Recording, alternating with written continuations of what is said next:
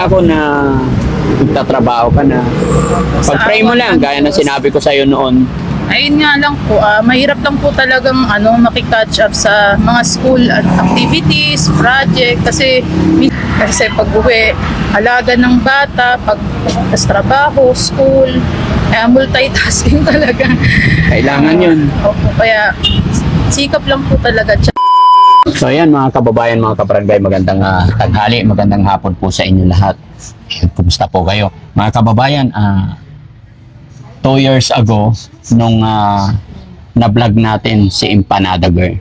Yan, matagal-tagal na rin mga kababayan na hindi natin sila napasyal or nadalaw. Pero sa pagkakataong ito mga kababayan,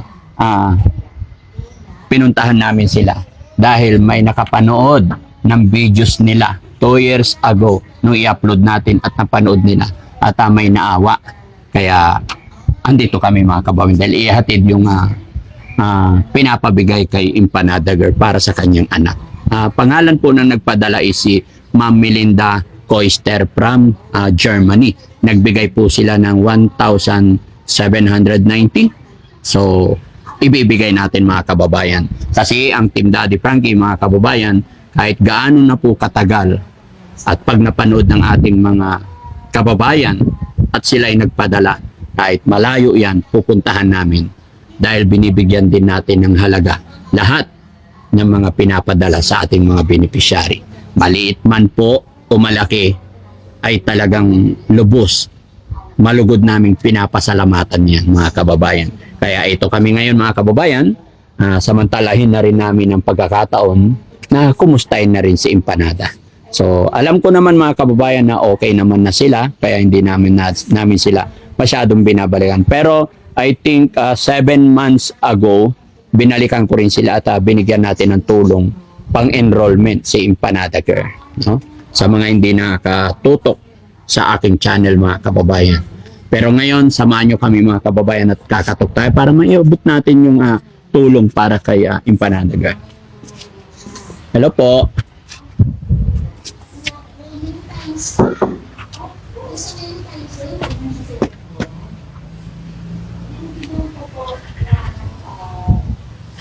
Opo. Walang doorbell? Jessica. Ano yung pangalan niya? Jessica? Hello po?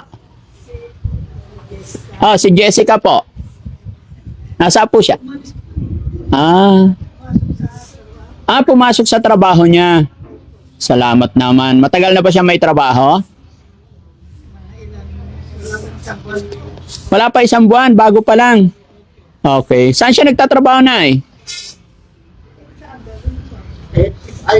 Jollibee. Sa Jollibee. Saan lugar po?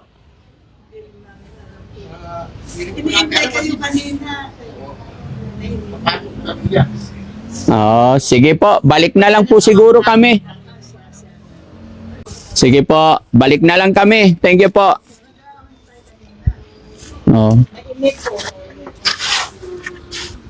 Sige, balikan. Ayan mga kababayan, hindi natin tsempuan si Jessica. Kaya siguro balik na lang or kung alam lang sana namin kung saan siya nagtatrabaho, pwede rin namin puntahan para iabot na lang tong pinadala ni Ma'am Melinda Koister. No? Pero syempre, hindi pa man namin na ibibigay itong para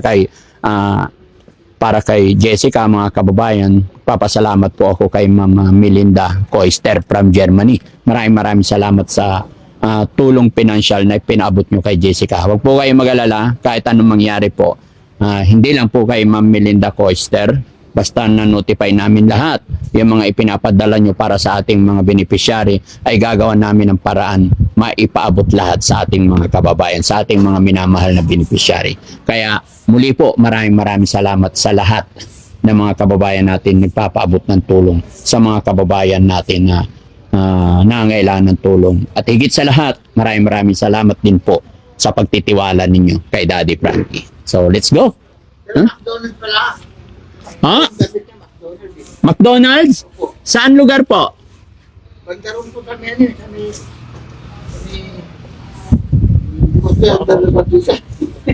Sa McDonald's po, banda ron. Oh, sige. Malapit sa eskwelahan niya. Ha?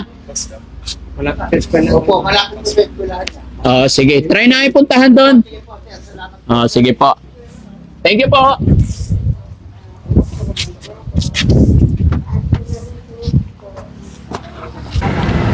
Ay, okay lang?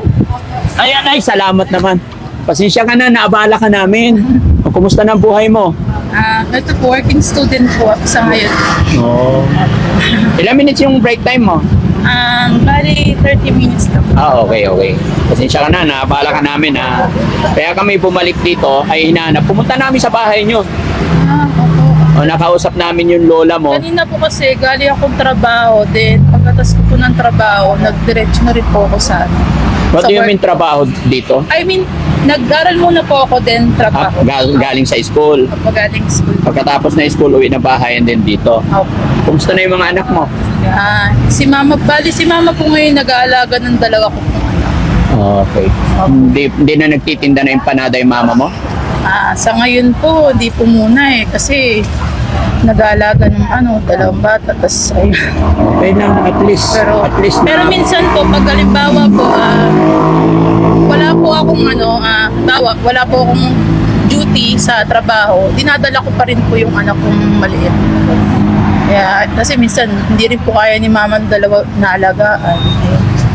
So, gaano ka nakatagal dito? Nung kailan lang po, nung time po na last po na nag-vlog po, tapos nag-apply na rin po ako nung time na Ilang months na po ba yung last na mga 7 months, gano'n? mga 7 months na rin po. So, ibig sabihin, mga 7 months ka na rin dito? Okay naman. Okay naman po. Masaya ako na nagtatrabaho ka na. Pag-pray mo lang, gaya na sinabi ko sa'yo noon.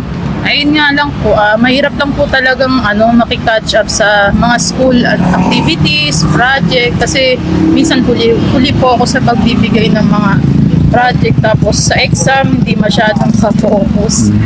Kasi pag uwi, alaga ng bata, pag trabaho, school, multitasking talaga. Kailangan yun. Opo, kaya sikap lang po talaga, tiyaga lang po sa mga So ano kasi napanood ni Ma'am Melinda Coister, yung videos natin, yung unang-unang upload natin, I think 2 years ago, di ba? Correct me if I'm wrong mga kababayan, pero alam ko 2 years ago yon, yung unang-unang na-discover natin si Empanada Girl.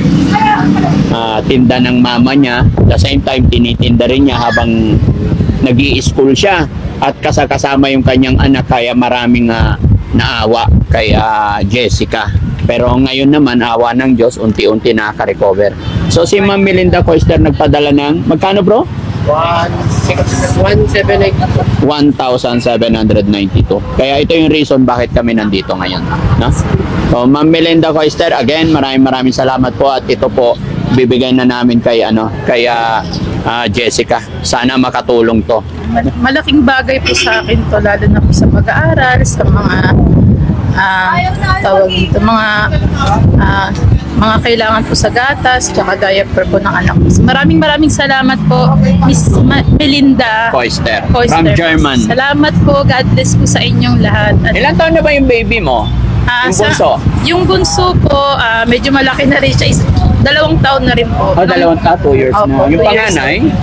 Yung isa naman po, magpo 4 years old, mag-aaral na rin po yung isa po. So nagagatas na pa rin sila? Opo. Hanggang ngayon po, nagagatas pa rin po. Tapos yung isa malapit na rin po mag-aral. Kaya talagang babudget na lang. Okay. Budget sobra ba? Sige, dahil sabi mo nagagatas yung mga anak, siyempre, bigyan din natin. Pahawak nga to, bro. So,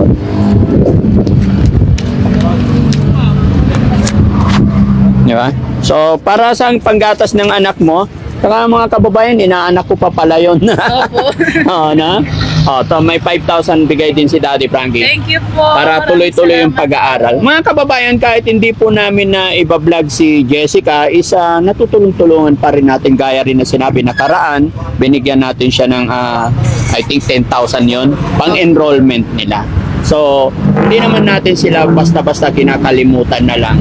Kaya lamang, sa dami rin ng tinutulungan natin mga kababayan. Kaya masaya ako dahil kahit anong hirap ng buhay, nakapagtrabaho siya, na itataguyod niya. Sa mga hindi nakakaalam ng kwento ng buhay ni Jessica is single Single mother. Solo single parent. mom po siya sa dalawa niyang anak. Anak. Kaya pilit niyang nilalabanan yung hirap at hamon ng buhay, no? So, ayaw kong masyadong pahabain to dahil naiya ako sa manager mo. Pero syempre, samantalahin ko mag-thank you sa iyong manager bago gusto mo ring shoutout sila, magpasalamat. Yan po, shout out po sa mga manager ko po dito sa Santera. Salamat po sa lahat-lahat ng pangunawa po sa hirap po ng ginagawa ko po, lalo na minsan nalilate, pero nandyan pa rin po sila handang mangunawa at God bless po sa inyong lahat. Huwag po sana kayong magsawa na unawain po yung yung kalagayan ko po. Thank you po and God bless. At sa inyo rin po, sir.